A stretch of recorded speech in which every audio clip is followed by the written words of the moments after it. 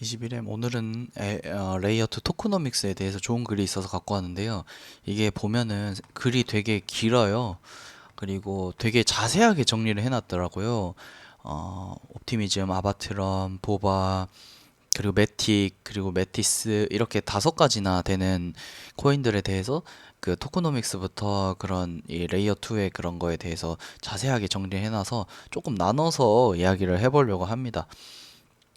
먼저 이제 레이어 2에 대해서 사람들이 어, 이해를 하고 있지 못한 사람들이 많아서 처음에 그 레이어 2의 그 시스템에 대해서 조금 이야기를 하고 있어요.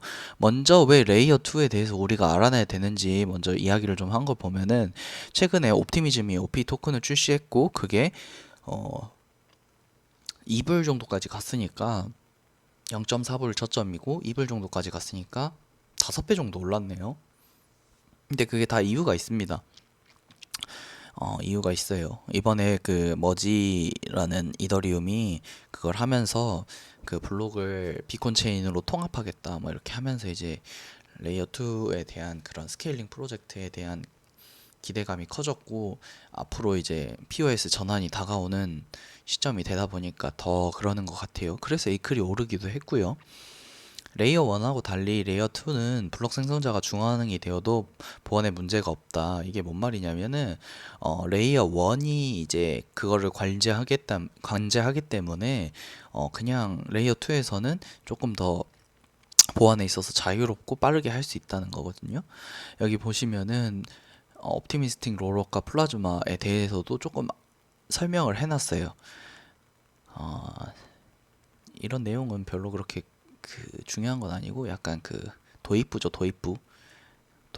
그래가지고 이제 롤업에 대한 이야기가 이제 나왔는데 ZK 롤업 그리고 옵티미스틱 롤업 있고 온체인하고 오프체인이 있는데 오프체인의 벨리디움하고 플라즈마 같은 경우에는 조금 그 효용성에 있어서 조금 이제 문제를 제기하고 있습니다. 그래서 온체인에서 하는 ZK 롤업과 옵티미스틱 롤업 이 두 가지가 지금 이제 레이어 2로서 강장 각광받고 있거든요. 현재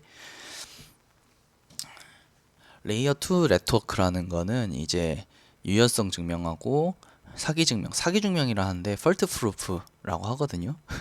이게 직번역을 하니까 사기 증명이 되는 것 같아요.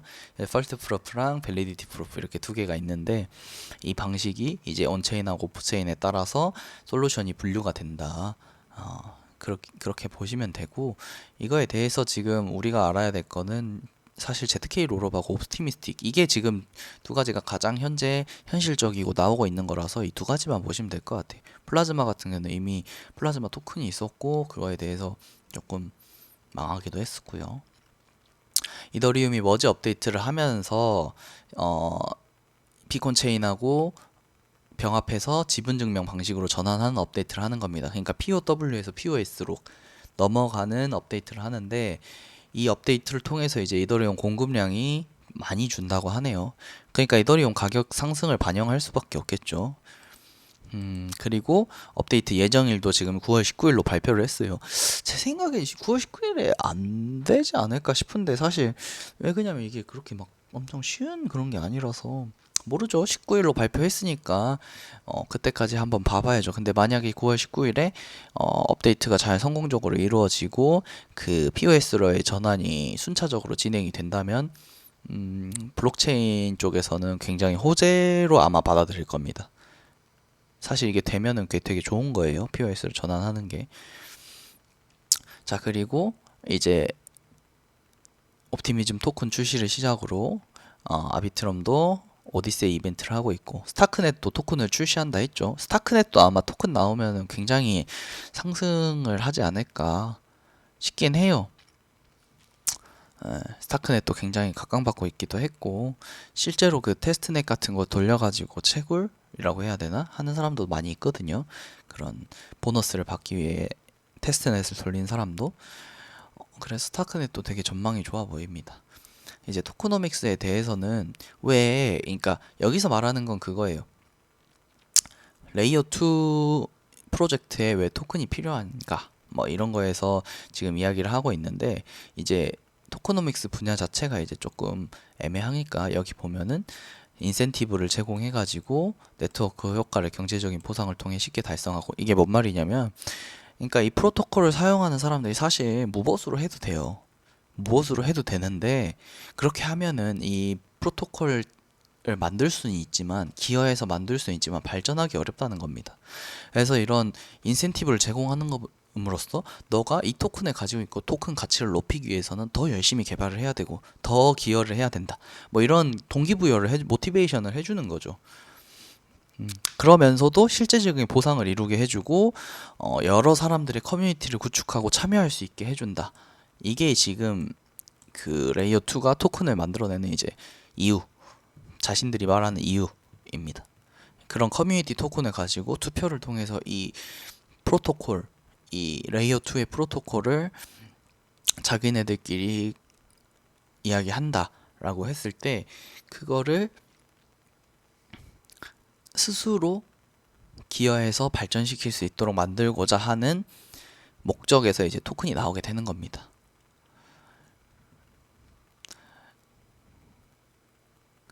뭐 이거는 이미 뭐 레이어 1 블록체인에서도 똑같았어요.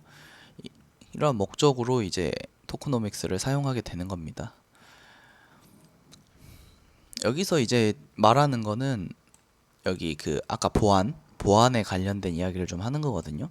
레이어 1이 중앙화된 블록 생성자를 통해 운영되면 치명적인 문제지만, 레이어 2의 경우에는 연산에 대한 타당성을 레이어 1에서 검증받기 때문에 보안에 있어서는 전혀 문제가 없다.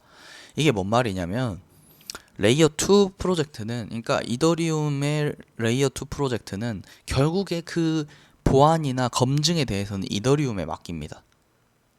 그러니까 외주를 주는 그런 느낌이에요. 그러니까 레이어 2 자체는 이게 맞다고 생각하고 처리를 해버립니다. 그리고 이제 좀 이따 이제 설명을 할 건데, 사기 증명에서 설명을 할 건데, 이제 그거를 맡겨버리고 이제 레이어 1이 좀 느리지만 그 블록체인에 대한 그런 완결성 검증을 해주고 탈중앙화도 이뤄내는, 그래서 서로 윈윈하는 그런 시스템이라고 보면 되겠어요. 여기 이제 여기서 퍼드 프루프인데,